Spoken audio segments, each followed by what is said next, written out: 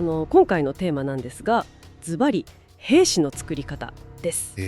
今回取り上げるソースは1944年にアメリカ軍が発行した公式パンフレットアーミーライフを紐解いていくんですよね。はい、そうなんです。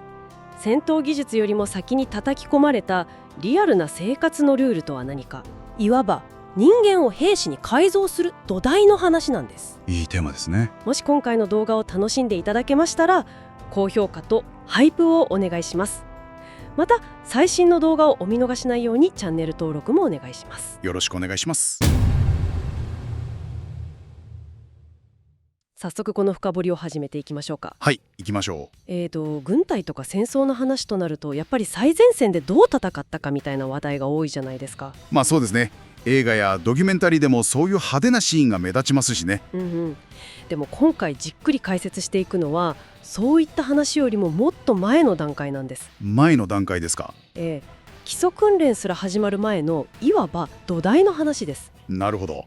どのようなルールの下で暮らし、給料はいくらで、どんな心構えが求められたのかということですね。その通りです。それが1944年に発行された182ページにも及ぶアーミーライフというパンフレットです。182ページってパンフレットというよりももう立派な本ですよね。そうですね。かなりのボリュームです。もともと新兵用にはソルジャーズハンドブックというものもあったそうですが、それとは何が違うんでしょうか。ソルジャーズハンドブックの方はですね、気をつけや行進といった軍事教練に始まり、地図の読み方、ガスマスクの装着方法、そして武器の取り扱いなど、兵士としての実務的戦術的な基礎技術を習得するためのマニュアルなんですね。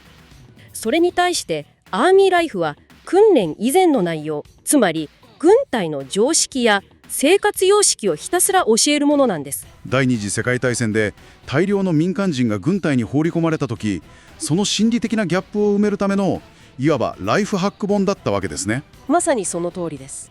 それで私がこのパンフレットを読んでいて一番驚いたのがあるんです。何でしょうか。いきなりお金の話から始まることです。確かにそうですね。いつも時代も生活していく上でお金の話って現実的でシビアだと思うんですけど、当時はどうなっていたんですか。冊子によるとですね、兵士のキャリアは一番下の7等級からスタートします。7等級。はい。で、月給は50ドルでした。これ当時の価値で言うとどれくらいなんですか。これ戦前の車1台の値段がだいたい800ドルくらいだったそうなんです。ということは50ドル ×12 ヶ月で600ドル。はい。そこに諸手当を含めるとちょうど1年分の年収が車1台分になるという計算になりますね。なるほど。分かりやすい十分な金額ではありますね。そうなんですよ。そしてさらに驚くのが、そのお金の内訳がものすごく詳しく書かれていることなんです。どういった内訳なんですか。家族手当という形で制度化されているんです。なるほど。具体的にはどうなるんですか。例えば子供のいない奥さんへの送金の場合、兵士の給料からまず22ドルが引かれます。50ドルのうち22ドルが引かれる。はい。そこに政府から28ドルが足されるんです。22足す28。それで合計50ドルが奥様元へ送金されるという仕組みなんです。自分の月給が50ドルなのに、自分の給料から半分近くの22ドルが引かれて、家族に合計50ドルがいくわけですか。そういう計算になりますね。だとすると兵士の手元にはあんまりお金が残らないんじゃないですか。おっしゃるように手元に残るお金はかなり限られています。しかしですね、被服、それから装備、食事、寝床も全て軍隊から支給されますから。生活費はかからない。はい、生活自体には困りません。ただ月に最低10ドルは自分の手元に残すようにと定められていました。 PX、 つまり売店での買い物などに使うためですね。なるほど。厳しい訓練の中でPX で自分の好きなものを買う時間が唯一の息抜きだったのかもしれないですね。きっとそうだったでしょうね。他にも生命保険の掛け金だとか国債の購入、さらには所得税についての説明まであって本当に細かいんです。つまり自分の経済状況がそっくりそのまま軍隊と国家のシステムに組み込まれていく感覚ですね。まさにそうです。もう君は自分だけのために生きる存在ではないと。家族を支え国を支える存在なのだというメッセージをそのお金の計算を通じて植え付けているわけですね。はい。そしてその現実的な流れで非常に重要な項目へと展開していきます。遺言書の書き方です。遺言書ですか？お金の話をしていたかと思えば一気に死生観の話になるわけですね。そうなんです。これは単なる事務手続きではなくて、自分が死ぬ可能性を事務的に認識させるためのプロセスなんじゃないかと感じたんです。その感覚はきっと正しいですよ。戦場で戦死したり行方不明になった場合に家族への手当が何ヶ月支給されるかという説明まで合わせて書かれていますから。やっぱりその経済的な側面と自らの死の可能性をリンクさせるわけですね。はい。そうやって現実を受け入れさせていくんです。いやー、恐ろしいほど合理的です。そしてそうやって現実を叩き込まれた上で、次に兵士たちは全く新しい法律の世界に足を踏み入れることになります。市民社会の法律が適用されなくなるということですね。そうなんです。代わりに軍法という厳しいルールブックで裁かれることになります。これは民間人にとって大きなショックだったはずですよ。ここで資料の中に中体罰と述べる部分があるんですが、はい、これはですね、裁判にかけるほどではない軽微なルール違反に対する罰のことです。週末の外出禁止や追加の雑用などが命じられます。裁判なしで上官の命令一つで週末の自由が奪われたり仕事が増やされたりするわけですね。そういうことです。自分の自由が簡単に制限されることをそうやって叩き込まれるわけですか？その通り。いや、まさにそう言えますね。お金も法律も支配され、さらには時間までもが支配されます。冊子にはこれからはアーミータイムを使うようにと指示されています。アーミータイム？午後1時は13時、呼び方も1300と呼ぶようになります。午前と午後を間違えるような曖昧な伝え方を絶対にしないというルールです。軍隊内での意思疎通を誤解なく確実にするための重要なルールですね。そうですね。普段の行動についてもかなり厳しい制限があったんじゃないですか？おっしゃる通りです。本当に細かいルールが定められていました。大声を出さない、汚い言葉を使わないといったベーシックなことから、不平不満を言わないといったことまであります。はいはい。その中でも特に面白いのが、便所の噂話をしないという項目です。なぜここまで内面やおしゃべりの内容にまで口を出すのでしょうか？軍隊という厳しい組織においてトイレって唯一の息抜きができる場所なんですよ。確かに上官の目が届かない場所ですもんね。でもそこで根拠のない噂話や不平不満が広がるとどうなるか。部隊全体の士気が下がり、仲間への信頼が損なわれます。戦場で信頼がないことはそのまま死に直結しますからね。命に関わるからこそおしゃべりすらコントロールするわけですね。そういうことです。でもこのパンフレットの面白いところは、ただ厳しいだけではないところなんですよ。と言いますと、ゴールドブリッキング、つまり仕事をサボることについて書かれたユーモアあふれる部分があるんです。サボることについてですか？はい、これはぜひ全部紹介したいです。仕事を怠けるのはそれ自体が一つの立派なアートである。しかし初心者は絶対に手を出すな。なぜならベテランの軍曹たちは君が考えつくあらゆるサボり方をすでに見抜いているからだ。なるほど。ベテランの軍曹がにやりと笑いながら語りかけてくるようなとても憎い表現ですね。そうなんですよ。人間の差がとしてサボりたくなる気持ちをある種の現実として認めつつも、きっちりと手綱を握っている。人は誰しも面倒な雑務からは逃げたいものですが、それをユーモアで包みながら結局はサボらせない。うまいやり方です。これが究極のチームビルディングだと気づかされます。隣にいる仲間がサボる人間だと分かったら、戦場で絶対に背中は預けられませんからね。そうですね。バラバラの個人の集まりを規律正しく予測可能な動きをする一つのチーム、つまり部隊へと作り変える。そのためにはこういった飴と鞭の心理操作が不可欠なのです。お金、法律、時間、そしてサボることすら管理される。外側のルールを固めた後、マニュアルはさらに兵士の内面的な部分へと踏み込んでいきます。故郷に残してきた家族との関係です。家族への手紙の書き方という項目がありまして、その見出しははっきりと家の人間を心配させるなとなっています。具体的にどのような指導がされているとか書かれていますか？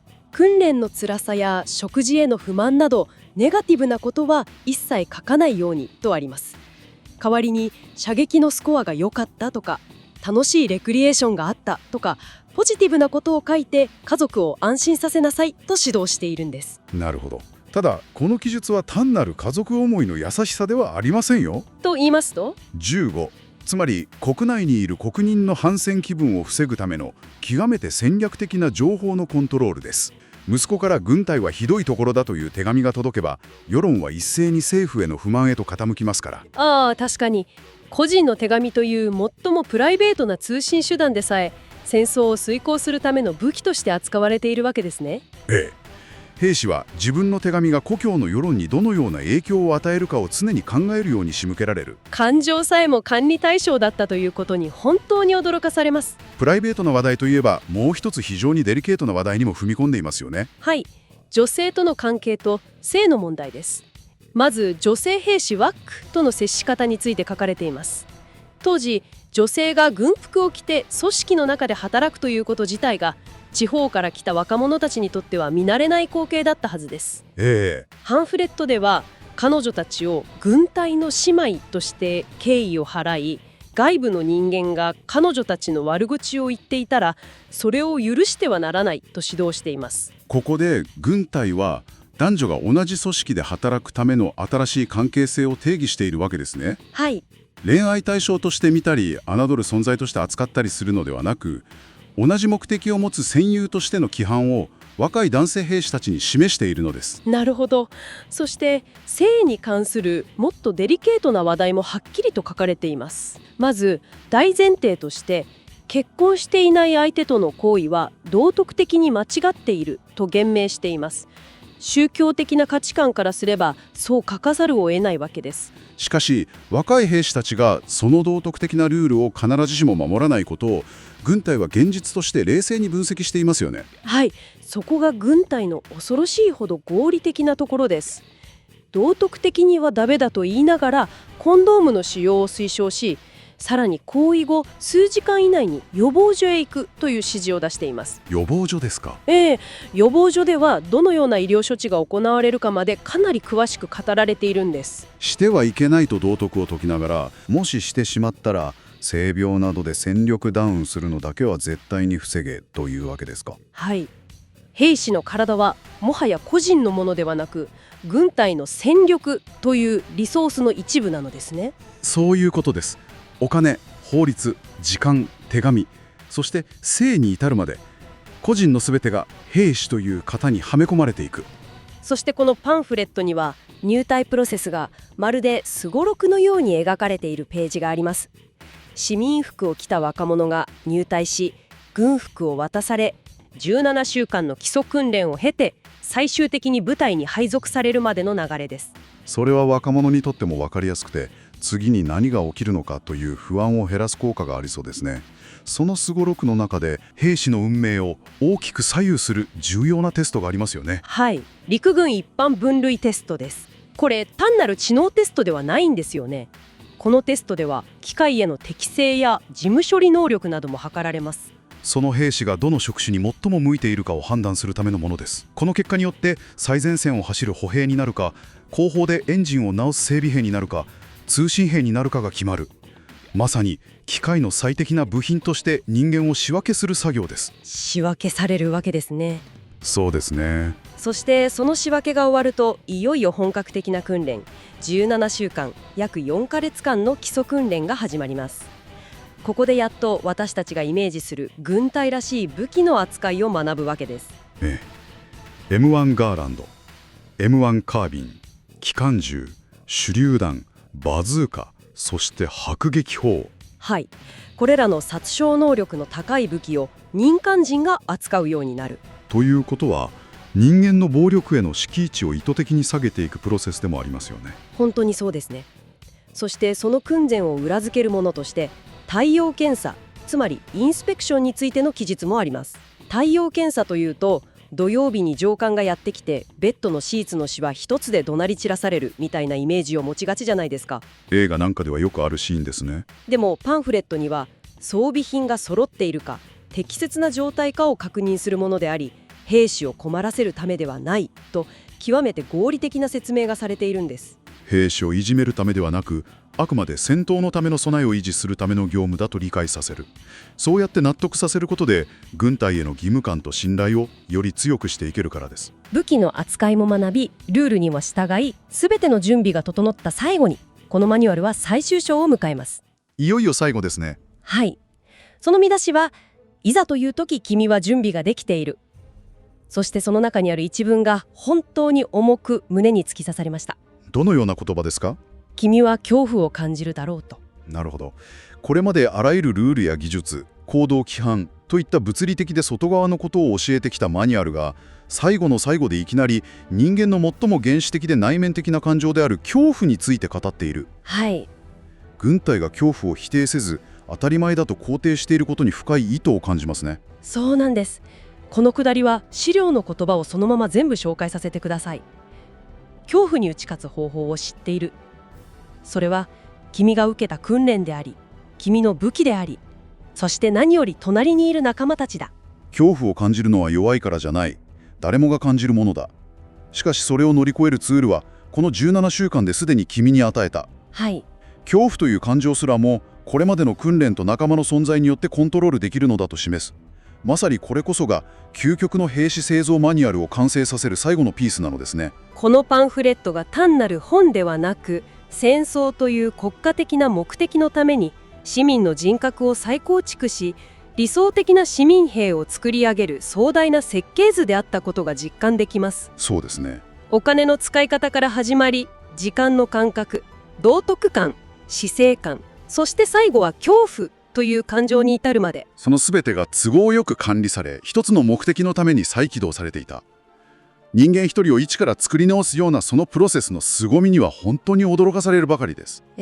完全に別のルールと環境の中に放り込まれた時、人間の内面はどこまで別人に生まれ変わることができるのか。このパンフレットはその心理的な可能性の限界を示しているのかもしれません。今回の内容を楽しんでいただけましたら、ぜひチャンネル登録と高評価をお願いします。次回の深掘りもお楽しみに。